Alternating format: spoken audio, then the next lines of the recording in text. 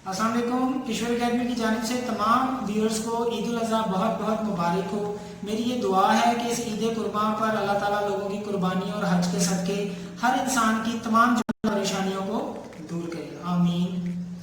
Viewers, इस ईद पर अगर आप हकीकी मज़ा चाहते हैं तो याद रखें कि आप तब तक ईद से लुत्फ़अंदोज़ नहीं हो सकेंगे जब तक आप उन लोगों को इसमें शामिल ना करें जो इसके असल हकदार हैं, यानी गुरबा, रिश्तेदार और माशरे का कमज़ोर तबका। सिर्फ इसी सूरत में आप ईद की खुशियों से लुत्फ़अंदोज़ हो सकते हैं। So a very special Eid wishes to all of you. Remember me in your prayers.